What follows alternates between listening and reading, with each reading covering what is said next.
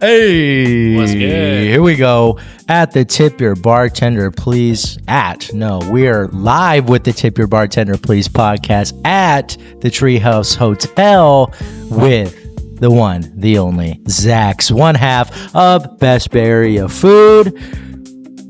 Insert horns. What's good?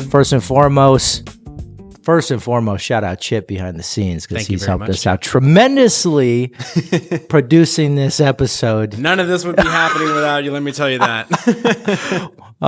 Secondly, shout out to you, Zax. Thank you so very much for being here on the show on pretty short notice. I'm not gonna lie, it was pretty quick, but Only you had said to move a few things, but thanks for having me. So we made a fantastic mocktail that you can turn into a cocktail that the people are going to have to go see on Instagram. But we definitely did. It's called the White Girl, just in case you don't know. And you made it fantastic, too. Mine tastes like yours. It's darn good. Tasty. Zax, I want to know, man, how often do people mispronounce your name? Well, here's the truth. It's not my real name. Oh, Zax okay. is a nickname. Oh, wow. But yeah, I always try to, state it Zax like Max. Mm-hmm. So that way it's a little bit easier for everyone to kind of understand. How did we get into this nickname? Because it's honestly, it's not a name I've ever heard before. Yeah, it's definitely not a very common name.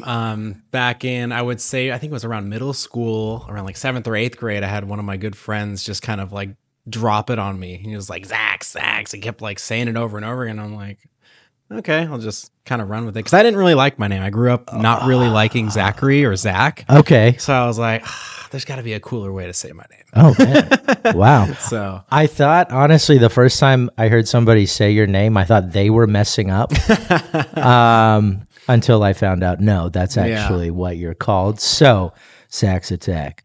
Zax like Max? Zach or Zax, it doesn't matter. Like, I know you from content. I've watched your content for a long time. Best Bay Area Food. If the people don't know, now they know. Mm-hmm. It is the one-stop shop.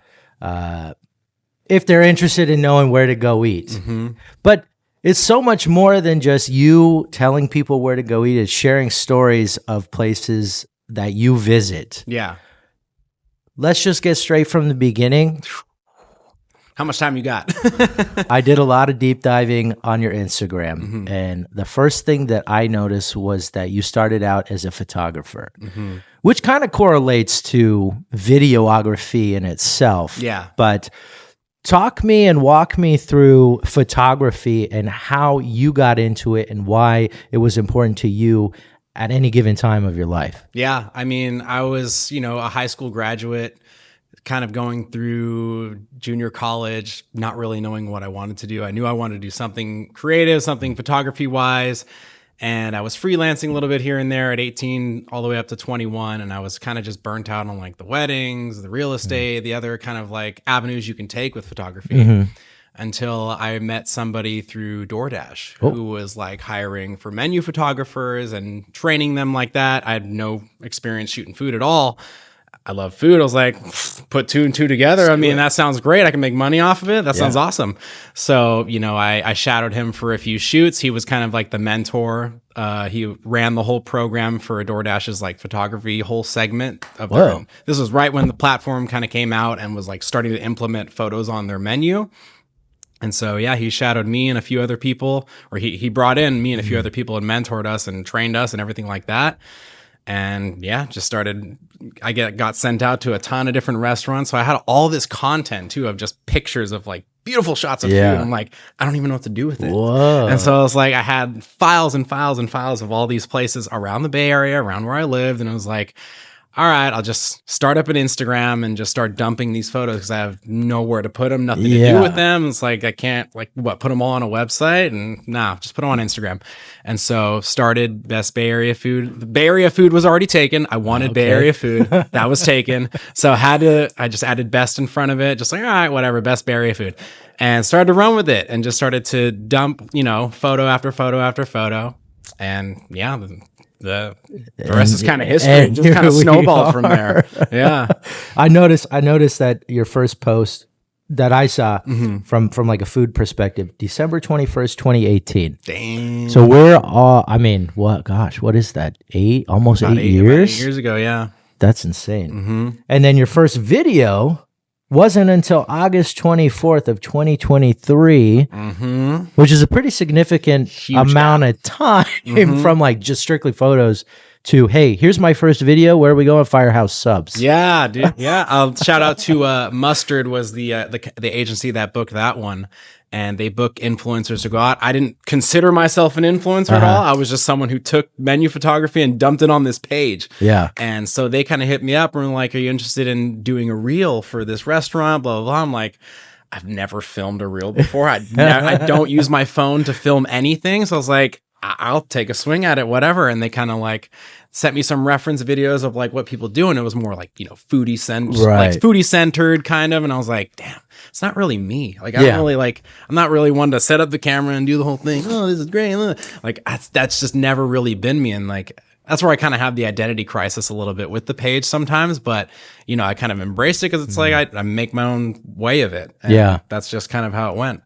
You certainly do have your own like style. Thank you. Of video that's pretty recognizable amongst all the content creators in the area. Like your videos, A, the editing, B, the way you shoot your videos, and C, the amount of like minute details that you put into it that I've been able to witness is like so astronomically insane. I really appreciate that. So flowers to you because just being transparent here, like you are in a position to where someone like myself aspires to be. And so anytime I have a chance to kind of take notes and just watch what you do and how you do it, I try to soak it up. Absolutely. So thank you for that. How does it feel for you to kind of be in the position you're in and like, I guess, quote unquote, be a local Bay Area, I would say celebrity? I don't know, man. Like, I feel like obviously I got to give credit where credit's due. And the other half of Bay Area Food that joined a couple years prior was Chris. And he's the one who really trained me on how to shoot video because he's got the full video background. I had nothing but photography background. So like when our worlds collided, that's when, things started to pick up for the page. But he gets recognized way more than I do. It's always Chris, that's Chris, and that's Chris's friend. It's Chris. Like, yeah, it's all right. Like sometimes I'll get recognized here and there, but not very often. If they do, they'll sometimes know my name, but it's mainly Chris. Yeah. I mean, I suppose that's true in a sense. Chris is yeah, he's a wildly known. To that point, like what's more your comfort zone? Behind the camera or in front of the camera? I know you do both. Where are you most comfortable? Definitely comfortable shooting behind the camera. Yeah, that's where my bread and butter is. I know exactly what I'm doing, the most comfortable, especially when it comes to like food, product, and lighting and everything like that. It's behind the camera. Yeah. Still taking me some time to get comfortable in front of camera. It's I think you've kind of utilized like an actor kind of skill as opposed to just being somebody that's like, hey, I'm at this restaurant, let's make a video, let's talk about it. But you put in time and effort into like mini skits, if you will. Yeah. Mini skits. Totally. And I've noticed that recently you've started to collaborate, not even started, with David. Yeah. Who is, I met not too long ago, an actual actor. Yep. Phenomenal actor. Yep. Which is crazy cool. Have you learned anything from him or taking notes from him in that style? Him and a lot of like, friends that are actors as well have given me a lot of like advice on, it's basically playing pretend. So that's the phrase that I really stick in my head when it comes to skits or when it comes to any sort of like line memorization or stuff like that. It's like, hey, we're just playing pretend. Yeah. Pretend you're doing this, pretend you're doing that. And it just snaps me right into whatever I'm doing. And I just kind of like tune out the camera, tune out everything else, and I can just do it. Do you think you could cry on command? No, definitely not that good yet. Unless I think it's something really sad, maybe, but no, not that good yet. Before you got into the gig, were there any jobs that you had being in college that were not, even remotely involved with photography or food or beverage, like a normal job? Yeah, I mean, so to say. I've worked pretty much any and every job you can like think of, I've done. Like, What was your first job? My very first job, I was a shop boy at my dad's HVAC company, kind of just shoving a broom around, moving things around in this like warehouse, and mostly just hiding because they never knew I was like there. They're paying me like $8 an hour. They're like, here, move this from here to here. You have till like the end of the day. I'm like, all right, and I'm just kind of like build a bed somewhere and just tap out in this warehouse and make $8 an hour. So that was my first job. But yeah, I didn't really have any like creative type jobs until like the pandemic. I got hired by a like real estate photography agency. Oh, I was okay. on their internal team, helping like train photographers, all that kind of stuff, and customer service type thing. Kind of boring, kind of not in my forte, but like gave me more experience on like real estate photography, which was cool, and videography. Got me more interested in wanting to do my own content creation too. But I was like really tied between like they were full-time 40 hours a week, work from home, couldn't really do much else. So that's where it gets difficult. Yeah, it's the delicate balance of like, how bad do I want to do this, and how bad do I want to work a full-time job for somebody to keep that salary? So. Yeah. Where was that kind of like click in your brain while you were working to just say, hey, you know what, like, let's just go all in? It was getting fired by that company. Not fired. I got laid off. Actually, I got laid off. I was part of their layoffs. They were cutting costs, and they were getting rid of some of the people who weren't, I guess, deemed as something that was necessary anymore. I was pretty much training my replacement at that point.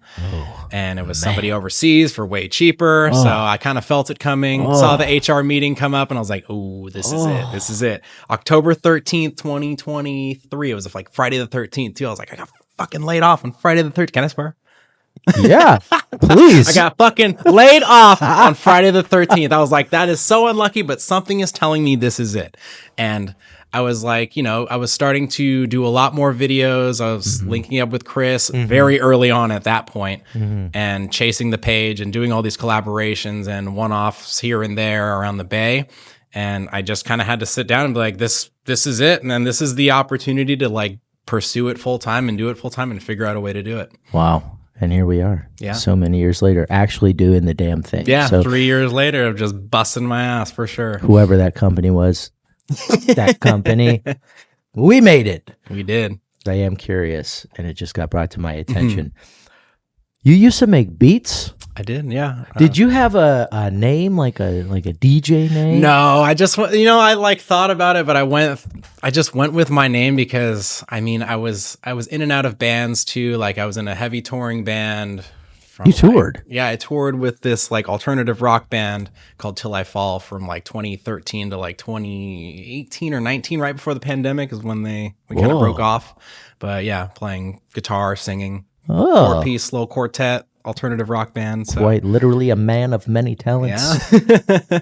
So you were making beats, you know, so to say. They were, you know, I listened to a couple. They're pretty like melodic. Yeah, a little like lo-fi kind of bedroom pop stuff. Yeah. It was fun. What was the inspiration behind that? And like, is that something that you still do? You know, here and there a little bit, not very often for sure. Like, I mean, it was during the pandemic when the band I was in was kind of going our separate ways, and we kind of just called it off. We were all kind of just, okay, now what? Like, we're all in the pandemic, we're all on, you know, everyone's shut down, not really doing anything. And I was looking for just a way to create, and I was just like kind of burnt down on like pop punk, pop rock, any kind of others like genres like that. And I was like, this seems kind of easy and something fun I can do that no one's telling me what to do. I can be as creative of that as I want. So that's how I kind of got into it. And do you ever anticipate bringing back your bleach blonde hips? Do you see this hairline? I cannot afford to do that anymore. I wish, man. Like I did love the blonde era, especially when it would grow out a little bit and you still got some roots showing. Like, I love that 90s look. Hey, I'm a bald guy, dude. So I want to take just a deeper dive into your relationship with Chris and why his partnership has meant so much to you and where you see yourselves going from here. So let's just talk about how you first met, and why you thought it was a good idea for you to come together and be this powerhouse. Yeah, I mean, I remember the exact situation. Like I was on the treadmill finishing up a workout at the gym, and I was like just scrolling Instagram, and Rosario's Tacos is a familiar place that him and I both know. I saw on the story that he was there, and I was just like, oh, out of the whim, I was like, hey, you still there? Like I'd love to pop by, meet you kind of thing. Just straight up cold DM'd him from the page, and that's kind of how we linked up, did our first video there with together.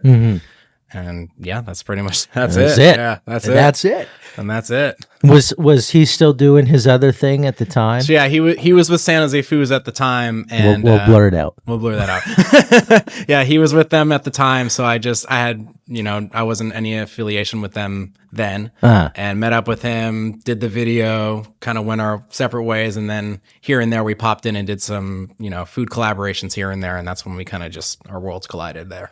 And the page is a partnership. I know that much, but is there ever scenarios where like you're taking the lead on one video, he's taking the lead on another? Kind of explain that to me, and how there's as little of a clash as possible. Yeah, I mean, I'll always give Chris, his grace if he wants to like take a lead on something, but for the most part, I'm the one who runs the show. Okay, I make sure whatever we're doing, this is how it's shot. This is kind of the rundown. But if, he has an idea, obviously collaboration, go for it. You see the vision for this place, I'll let you do it. Like, okay. It's never a tug of war with him and I. It's always a good partnership and That's a good friendship too. Are you guys coming up with the scripts, or is this a place for like when we visit places? Yeah. You do the voiceover. Yeah.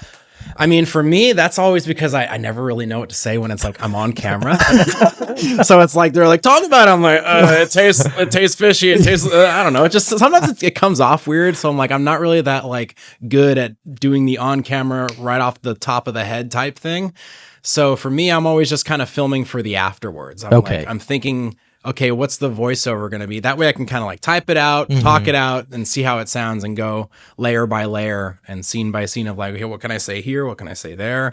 Okay. And that's how I feel better about those kind of videos because I have more control of what's going on rather than like, okay, how does it taste? And then, okay, now sip this. How does that taste? Like, it tastes frothy. It's delicious.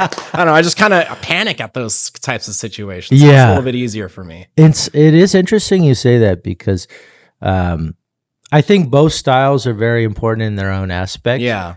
And I think you guys are able to achieve that greatness in both styles because, I've seen you in Fork and Score videos where he's a kind of guy where he'll actually talk about flavors that he's experiencing. Yeah. And I've seen you in his video, and you're not terrible at it. I guess it just comes down to comfortability. Yeah, that guy can definitely pull you out of your shell no matter what. Yeah, for sure. Shout out Fork and Score, man. I mean, I only did one video that he did say the same thing. He's like, man, why don't you talk on like more on your videos? Blah blah blah. You talk so much here. I'm like, I don't know. Just being around you, man, you help me talk a lot more. He brings it out of you whether you want to or not, which is awesome. Yeah. This is a cool moment for me because I haven't ever really had a chance to have a solid conversation with you. Yeah, this is kind of like this is you like unwrapping all my layers right now. This is like, hey Zax, my name's Nick. How are you? Let's get to know each other right here, right now. So I appreciate you coming by and making this happen, man. I know that you are a pretty big hockey fan. You play hockey? I do. I just got my goalie tat there. Heck yeah, he's got a tat over here. Playing hockey for as long as I've been able to walk, basically. Wow.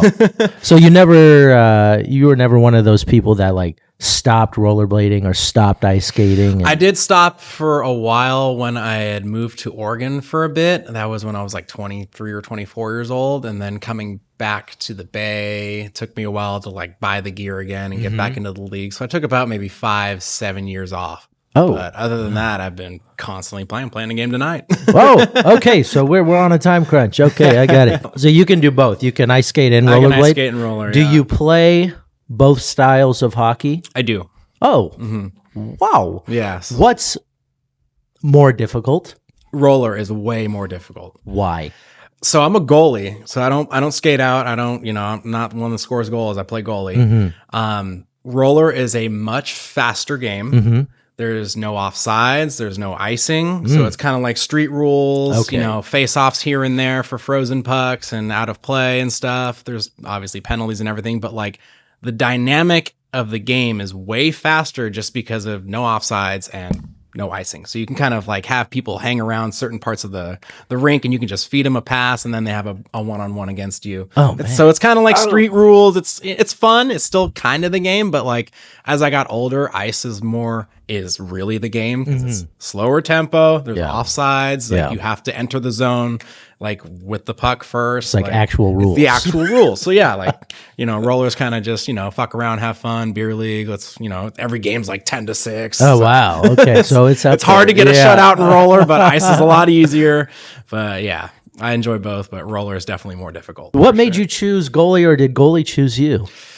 Damn, that's a good question. I feel a little bit of both because I skated out when I was like in high school. I didn't really skate out when I was younger and in like recreational leagues. It was in high school because I wanted to play for both teams, both of our D1 and I think we had a D2 or D3 team at then. So I was skating out for the lower team and I was goalie for the top team. Oh, okay. But yeah, just had the itch to want to go out and score some goals or at least try to. Yeah. So have you ever scored a goalie goal?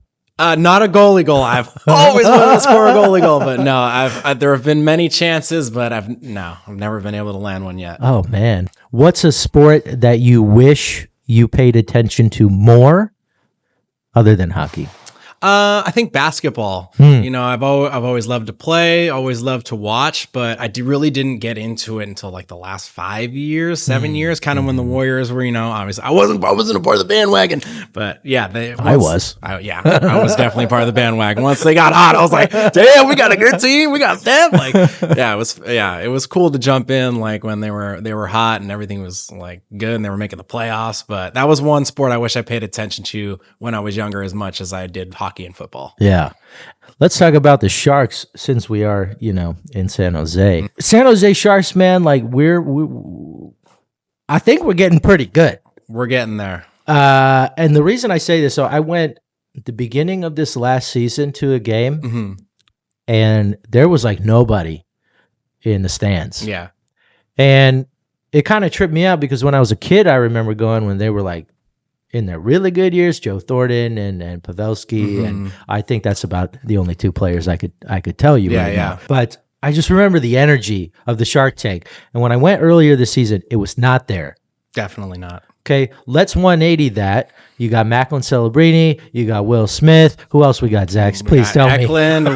We have so much talent. It's all young talent, though, too. So they're the thing is, Greer's trying to build around this young talent because, he was handed a dumpster fire from Wilson when he kind of just left. He's like, all right, Greer, here you go. Fix this shit because I'm out. Done my time. I'm done. And Greer's like, well, shit. All right.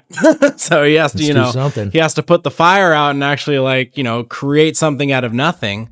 And it's taken him a couple of years to get to this point. But I think we're in, obviously this season looked very promising with them almost making a wild card spot in the playoffs when they weren't even talked about halfway through the season other than Celebrini. But well, he's a global sensational, I would say generational talent. Yeah. And it's so cool having him on the team because it's like, for me, I kind of sit back, even not being super fan. I'm like, I sit back. It's like, wow, we really got this guy. Yeah. It's so crazy. It's cool, even for not even the Sharks, but just the sport too. Yes. People that aren't interested in the sport know who Celebrini is. And then when they'll just watch his highlights and see how amazing this guy is. And it's amazing for what he's doing for the sport. Yes, it is. 180 that I went to another game, later on in the season and the place was packed. And I was like, dude, this is what I remember. Yeah, we're shuffling by each other and the concourse. It's like you can't even walk. Yeah, dude. I was like, this is what I remember, bringing me back to my childhood. This is the San Jose Sharks. Can we give a timeline on a San Jose Sharks Stanley Cup? Oh God. If I were to give my honest opinion, it'd probably be in the next 5 to 10 years. Okay. Realistically. So while we're alive. Yes. We might not be young anymore, but I'll still be there screaming at the TV in the playoffs. But you know what? We got to give credit. I think we have, I would say, one of the most iconic sports memories, I'd be biased to say, in history, with that Game 7 against Vegas. Against Vegas. That was our Stanley Cup right there. Yeah. I, like many people, was watching that game, and I was like, okay, maybe it's time to go to bed. And it just kept going. Okay, where were you when you were watching that game? Do you remember exactly where you were? Can you paint that picture in my head? I was in my living room by myself watching the game. Hell yeah. And were you screaming as loud as everybody else? I was going crazy. I was going crazy. I lost my mind. What was it? Talk to me about it. It was like, what, 7 overtimes or something like that? So maybe that 4? was, oh man, I don't remember. It was, because that was the Game 7 series. They weren't, they came back from, they were down like 4-1 or 4-0 in that It was, game. I think it was 4-0. Yeah, or 3-0 or 4-0. Either way, like someone dropped Pavelski on a face-off and like almost, he got injured. He was bleeding. It was just like, how did that? And there was going to be no call or some shit. The crowd was going crazy. Yeah. But they eventually like got the call. They got a major power play. So they had, no matter what happened, however many goals they scored, they'd still be on the power play. That's good. And it was just like watching a miracle on ice. I remember I was in New York at the time on tour, and we were all at one of our friends' places, just kind of gathered around this TV. Yeah. We're all Sharks fans. Yeah. They don't give a shit. And we're just watching this and like, okay, goal 1. All right, we got one. Goal 2. Damn, we got another one. Goal 3. Oh my God. We're just like, goal 4. We lost our fucking mind. It was crazy. And it was like, bam, bam, bam, bam, bam. Like, turn up the TV louder every goal too. Yeah. Oh, dude. And it's so cool because it's still a moment that's talked about today. And like the day after that, it was just the talk of Sports Center, the talk of the town. And it was like, fuck yeah. And it's now like history imprinted in like Sharks too. Yeah. It's like, it's in SAP Center. If you go into Sharks Ice on 10th Street, there's a huge mural of that goal where he wraps around the overtime winner, where he wraps around. I think that was Marc-Andre Fleury in net. Which makes it even cooler. Yeah. That's crazy. Crazy. Let's go into a weekly content schedule for Best Bay Area Food. Monday to Sunday. What are we looking like? We're always busy, man. It's good. It's a good problem to have. A lot of our business is we do client like account management and content creation for restaurants.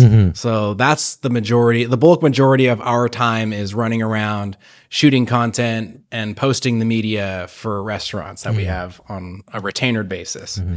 And kind of pickled around that is, all right, let's go here at this time. Let's go here at that time. We put pins in certain places that we're going to go and do an actual video for that's featured on the page. Okay. So Monday through Wednesday are the pretty heavy, or Tuesday, Wednesday, Thursday are the pretty heavy shoot days. And then Monday, the other days are kind of like do whatever, edit all the videos that we have to do. So it's a whole operation. Do you put yourselves on a timeline on when to get these videos out, or is it in collaboration with the restaurants as well? So the restaurants, my other business partner, Anthony, came up with the whole system that helps us keep everything on track, keep things moving for the client side to be able to have edits done by a certain day, a certain time, so that we have everything kind of scheduled out and posted for the clients. And then for Bay Area Food, it's kind of really on me. Like I take the time to write down and schedule who's doing what, who's editing what, who's posting what. Usually, I mean, it's either me or Chris. So it's usually 75% me, 25% Chris, and I always give him like, hey, if you ever go out and do anything else, obviously doesn't always have to involve me. Yeah. Likewise, doesn't always have to involve you. Like we can always go our separate ways and do our own thing, and then kind of post that too if we're doing anything. So it's kind of free reins. Yeah. And have you seen from the places that you've helped out, like have they come to you and said, you know what, thank you so much. Like we've seen this return from your help. Yeah, a lot of the times, yeah, they do mention, they see an influx of whether it's, DoorDash or whether it's people walking in the door. They do tell me when when the content is working. It's always a good sign and a good indicator. Yeah. What's a goal outside of content creation that you would like to achieve either this month, this year, this lifetime? I always talk about it, and it's just because I'm manifesting it. I want like some sort of like television show or like like episode or anything that has to do with like Food Network or Netflix, like anything that of that sort that features me or features me and Chris or has us involved, like that's where my mind's at for the future of like Best Bay Area food and everything.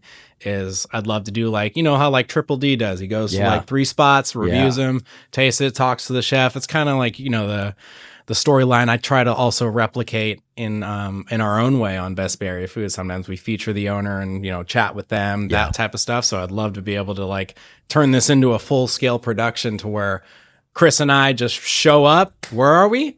What are we trying? Like, who's the chef? Like, boom. And we can just have a camera crew kind of like this. They're all following us around. And we're just doing our thing. We don't have to like, all right, you hold the phone now. Okay, you hold the light now. Right. Turn it into a full scale production. Collaboration wise with other content creators. Do you think that's something that's important and vital within the San Jose community? Absolutely. I think that's super vital. I mean, it just shows that you're open to like collaborating and, you know, sharing, you know, everyone's knowledge with each other and just being able to hang out as friends and create content together. I think it does create that sense of community because there are larger pages that I won't name drop that don't really do that. And, you know, I just think it's something that if you want to preach about building community and being involved in, you know, the people that are creatives, you obviously want to open that door to them. Who's a creator you see on the come up that you think has potential to be where you're at now?